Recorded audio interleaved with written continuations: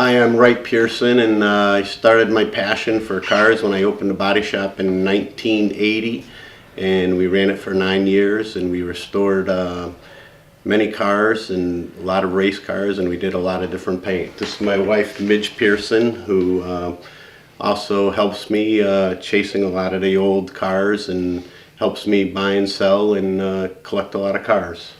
What I do for a living is go to auctions and chase cars. I try buying them.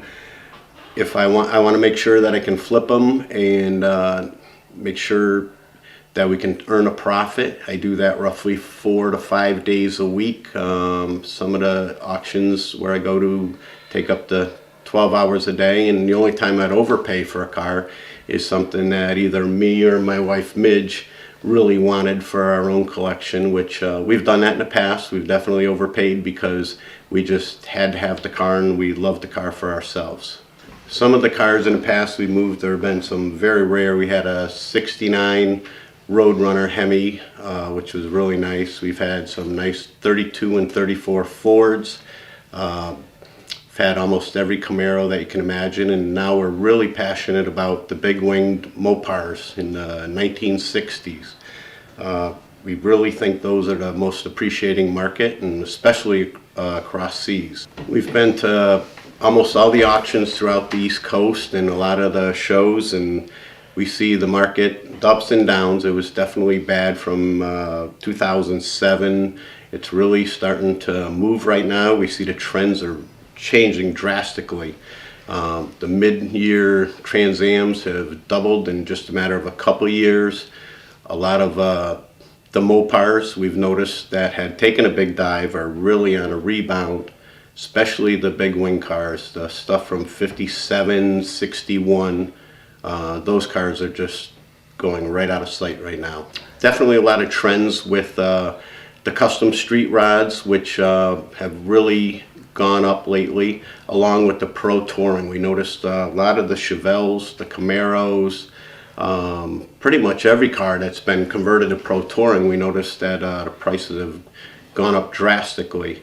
A lot of the big Mopars and of course the 55 to 57 Chevys, those the clientele seems to like them stock. Those cars are worth a lot more stock compared to the other cars where when they pro street them, pro tour them, seems to make the value go up. I've been doing this since the summer of 1980. My summer job was working at a body shop, and the first car they gave me was actually a 57 T-Bird that had been imported back from Germany, and I hadn't even really seen one before, and they told me I had to go put it back together after it came out of the spray booth. So that started me rolling and loving Fords. And back then we did a lot of fastbacks, and I had the Hertz Rent-A-Racer, and I did that and sold it, and then I restored some for actually a club down in Connecticut. So that really got the ball rolling, restoring some of the classics back then. Oh, my favorites. This is a super easy one. Definitely a Superbird. I love the Superbird and the 34 Ford. I do have a 34 Ford, which we just purchased because I had sold one and really regretted selling it. So now we have a beautiful 5-window coupe done up exactly the way I would have done it if I owned it. And both my wife and I fell in love with it in Daytona this year, and we couldn't wait to get it home. So now, as far as the only one I really love that I'd like to get is a real nice Superbird. The collection that we have right now ranges from, it's very diverse. We have, because I was into racing for so long, we actually have about 3 antique race cars that are really cool. We have, the oldest car we have in our collection is 1930 Model A with a 392 Hemi supercharged in it. We have a 32 Plymouth Roadster with a rumble seat that we purchased from a gentleman. He was about 82 years old. He had owned it for over 45 years, and it what I really liked about it, it was inspired by LeBaron Company and Ray Dietrich. You could just look at the car and knew they had some influence on this design. It's not worth as much as the 32 Fords by a lot, but it's just a tremendous car. We have, going up from the 30, we have a 33 Plymouth 5-window coupe with a 392 Hemi with a blower in it. That is another car that we really had passion for. Had it all, we've just about finished the car. We definitely own it for more than what it's worth, but then again, that's a car that we loved and we know that we'll own it for enough money. We have a 34 Ford 5-window coupe that we really love.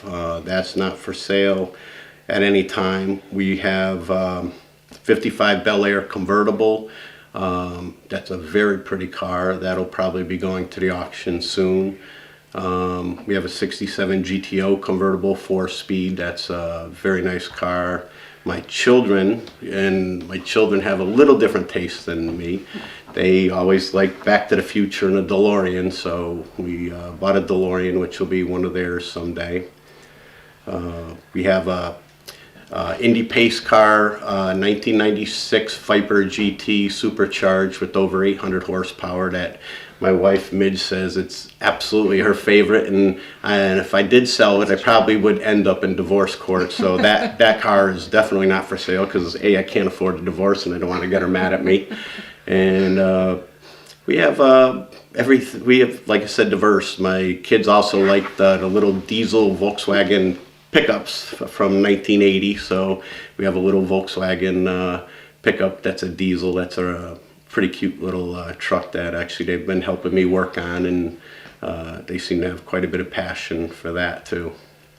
So we have an 81 Trans Am, all original Smokey and the Bandit car with the turbo, which was rare, and the car's never been painted on, original stickers. I think that car is a very nice car. We have 65 Fury Sport convertible with the 383 and a 4-speed. It's just a driver.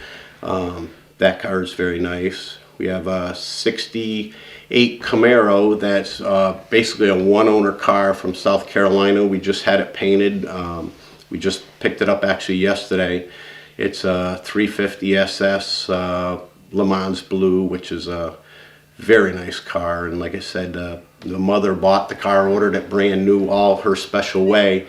And part of the deal was if her son got good grades in school, he could buy it at 16, and he kept it all the way to his 48 years old. And we purchased that car, and reminded me of my first car because I had the same Camaro when I was in high school. So we just bought that car, and that's a really nice car too. And we're lucky last week we got a call from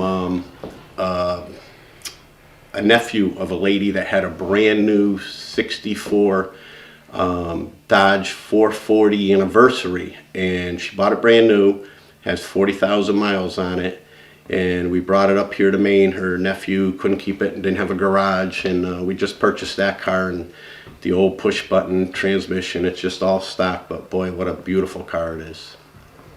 And I think oh, do we have a 60 Plymouth, and this car is going to a big auction shortly. I bought it to flip. It's a 1960 Fury, and it has the large back window where the glass actually goes over the back seat. The car is just a 383 stock, red and white, and it's right now it's getting all cleaned up, and that car will be hopefully going to an auction in April 24th, I believe. And I believe that car will be heavily chased by people out of the country. Those cars are definitely 90% of them you see go across seas. I want to introduce you to my wife Midge, and everybody in this business knows that if you're out on the road, you really need somebody that understands and supports. And I have a great wife that is passionate about cars, sometimes even more than I am, and she really knows her cars. This is my wife Midge. It's fun going all over the place looking at different vehicles, and it's certainly spur of the moment. Gotta go, gotta look at it right now to make sure you get the right prices for vehicles. And my husband is certainly most knowledgeable, and it's fun to learn from him. And we like to travel together, so it makes it a good team. I try to help him as much as I can. If he can't go see a vehicle, or there's 2 vehicles to go look at, he's in one place and sometimes I go to the other. I'm certainly on the phone with him asking him questions, but it's a lot of travel, a lot of time, a lot of commitment, but I know that I'm in good hands because he knows the business. And that happened to us less than a month ago. I got a call on a car in Beverly, Massachusetts, and I had to go.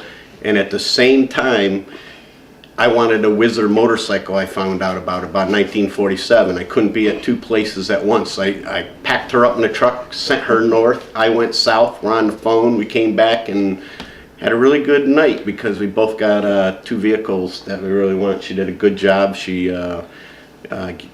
picked up a nice little Whizzer motorcycle, and we're happy with that.